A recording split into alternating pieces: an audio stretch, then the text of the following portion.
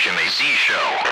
All right, we got to get into this thing about what Alex Jones and Kevin Jackson and Michelle Malkin are saying about the NFL. Because I don't see any reason for conservatives to be attacking the NFL simply because an advertisement that has to do with guns, it's not a blatant gun advertisement, and I think it's done very tastefully, but I can understand why the NFL would not, in this political climate, would not be running an advertisement about guns from a gun maker. The name of the company is Daniel Defense. And I know I'm running afoul of many conservatives who are very upset about this. But I have to say that I never expected that an advertisement for a gun company would be approved by the NFL for the big Super Bowl broadcast. I mean, let's get realistic. I'm not going to be disappointed because I knew that it was not going to happen. I'm not getting angry because I never expected that it would happen. And I'll tell you something else that might make a lot of you angry. If I was on the staff, if I was on the board or whoever it is that reviews these television commercials for the Super Bowl broadcast, I would also have voted no. And I'll tell you why. Well, first off, let me say that if they decided to run this commercial, I wouldn't be offended. I wouldn't be upset, except for the fact that I would be thinking, okay, well, now they're going to have to allow some kind of anti-gun advertising as well. They're going to feel like they need to present both sides or allow both sides to have a viewpoint and to express their viewpoint in the form of commercials for the Super Bowl. And then over time, you start to see the Super Bowl become another place where we cannot get away from politics and social issues. I don't want anything to do with it. I'm not watching the Super Bowl so that I can keep track of politics during that time. And I'm telling you again, if you are someone who thinks that football is stupid or football has no place in your life, fine. Don't watch football. But these conservatives who are on the comment threads talking about the NFL as if it was some kind of horrible organization because they decided they're not going to have a gun manufacturer advertisement on the broadcast, it just shock me. What if an organization like the Brady people decide to put together a 30-second advertisement and pay for it during the football broadcast? Do you really want that? And I'm not even saying that's the same thing. It's not a manufacturer. It's an activist group. But I don't even want to get into it because I don't want the football experience interrupted with all of this political crap. Okay, and so I might as well get Alex Jones out of the way first. I'm not playing any audio. This is from the Alex Jones website, and I really don't like putting links from InfoWars in my show notes at all. But this is Alex Jones attacking the NFL in a typical hyperbolic fashion. The National Football League once again revealed itself to be little more than an establishment political tool when it declined to run a Super Bowl ad submitted by rifle manufacturer Daniel Defense. Now, couldn't it be that the NFL simply doesn't want to get involved in the current controversy? And guns are very controversial. Not for you and me, but for many Americans. Even my mother has never been a big fan of guns. And that's her business. And that's her opinion. I'm not saying whether it's good or bad. I'm simply saying that's her opinion. And there are a lot of Americans, there are a lot of decent Americans who are not comfortable with guns. I'm not saying that they should be uncomfortable. I'm simply saying that that's the way they are. It's the way they were raised, or who knows why. could be because of something that's going on in their neighborhood. You know, some people are raised not going camping, and they're not comfortable going camping. They would rather stay in a hotel. And then other people can't stand a hotel. They would much rather camp out. It's all in a whole bunch of different things play into what's happening here. And the NFL said, look, we're not going to get involved. I think that's really what their decision was about. You don't have a bunch of people in the NFL saying, oh, no, we can't have anything to do with guns because we are against guns and we must end the Second Amendment. No, they're just people running a business. Now, yes, there's probably some left-wingers in the NFL, and there's probably conservatives running the NFL as well. Now, listen to this description of the NFL at Infowars.com. It sounds like a left-winger talking about football. It certainly comes as no surprise that the nation's beloved sporting franchise, most notable for consuming vast amounts of America's time, money, and cognitive processes through the bombardment of innumerable matches, needless merchandise, and unimportant stats, is once again being used as a propaganda tool to downplay the value of self-defense, gun ownership, and the nuclear family. What in the are you talking about? This is why I hate Alex Jones so much. And they criticized the NFL for what Bob Costas said. You know, Bob Costas on NBC. Bob Costas does not work for the NFL. He works for NBC.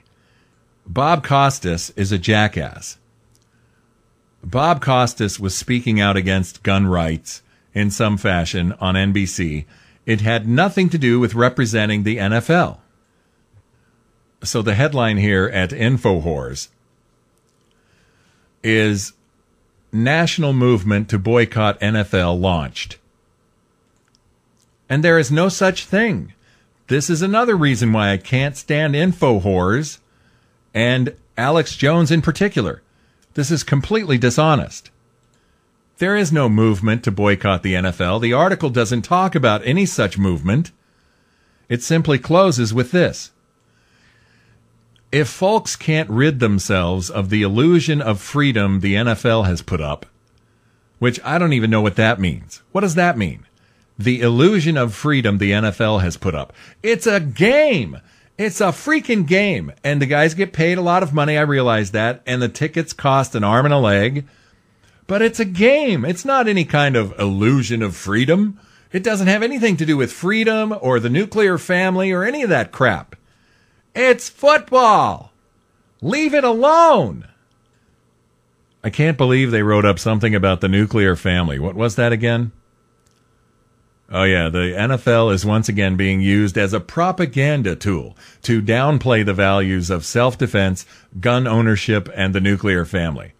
Like the NFL is downplaying gun ownership and self-defense because it's not going to run an advertisement. That makes no sense.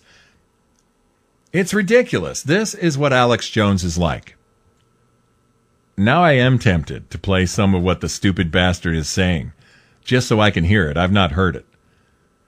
I didn't finish the last sentence here. This is the only time in the entire article where they mention a boycott. If folks can't rid themselves of the illusion of freedom the NFL has put up by either boycotting it or altogether ignoring it, is there really any hope for America? Are you kidding me? Hope for America, according to InfoWars, depends on whether or not people will boycott or ignore the NFL. You know what? I got an answer for you, Alex. You, you're a jackass, you're a moron. It's football. Leave football alone. It's a nice diversion. I got to tell you, after a week of dealing with Obama and all this crap that's going on in our country, to sit down and watch football and completely detach myself from all this crap is wonderful. It's enjoyable. I don't like baseball really all that much, and I really don't like basketball. That's become a problem. And I think there's racism in basketball, and there's probably racism in football too. But football is a game I enjoy. Leave me the hell alone. Okay, real quick here. There's an article that Kevin Jackson wrote at the blacksphere.net, his website. The NFL is a left-wing organization that has been lying about its political positions by omission for decades. Now that Obama is president and progress seems to be happening on several left-wing issues, the NFL is finally coming out of that closet on the left and revealing itself to be a bunch of big-money New Yorkers, leftists in the TV business. We know now that ESPN and a lot of sportscasters are left-wingers. Remember Keith Olbermann. Okay, well, I got to tell you, it doesn't have anything to do with broadcasters. They are not employees of the NFL. It is entertainment, after all, so most of us are not naive, and thus we know that in order to get these cushy jobs, the talent must believe in the leftist ideology. Okay, well, he's talking about broadcasters. He's not talking about the NFL. And Kevin Jackson talks about Bob Costas as well, who is an employee of NBC, not the National Football League. And then he talks about the people who are upset about the name Redskins. Those people don't matter. That's not an issue as far as the playing of the game goes. I've never heard that that leadership in the NFL is all bent out of shape over the name Redskins. And then he gets to the Daniel Defense advertisement. The recent denial by the NFL of a paid Super Bowl ad by Daniel Defense featuring a veteran making choices on how to best protect his family speaks to the leftist outing of the NFL. It is our constitutional right to purchase and own firearms. They are not illegal, at least not yet. Well, guess what? The NFL has a constitutional right to decide whether or not they are going to run that advertisement, Kevin. And then he gets really ridiculous. The NFL decision makers have an audience full of Second Amendment supporters and gun enthusiasts, yet they are on Obama's side on the issue. What a load of crap. Come on, Kevin, you're smarter than this. Kevin does this all the time. He plays to his audience. He plays to his readers. He does not inform them. He ratchets up their emotions. He says, let the NFL fade from popularity for the right reason. Let it fade because the NFL is a creature of the Obama age. Wow. Oh, Kevin. And then Michelle Malkin, real quick here. You know, I cannot believe conservatives are going after the football organization like this, the National Football League. It's not that they should be protected from this, but come on. The NFL is free to accept or reject any advertiser it wants to, of course, but its prohibited content list seems a far more accurate description of your average Super Bowl halftime performance and ad rundown. Between Janet Jackson, again, Janet Jackson's wardrobe malfunction has nothing to do with it.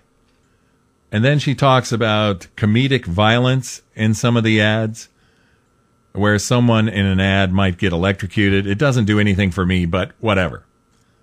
And then she says, thankfully, the NFL's political fumbles and broadcasting double standards have given self-defense advocates the chance to take the ball and run with it.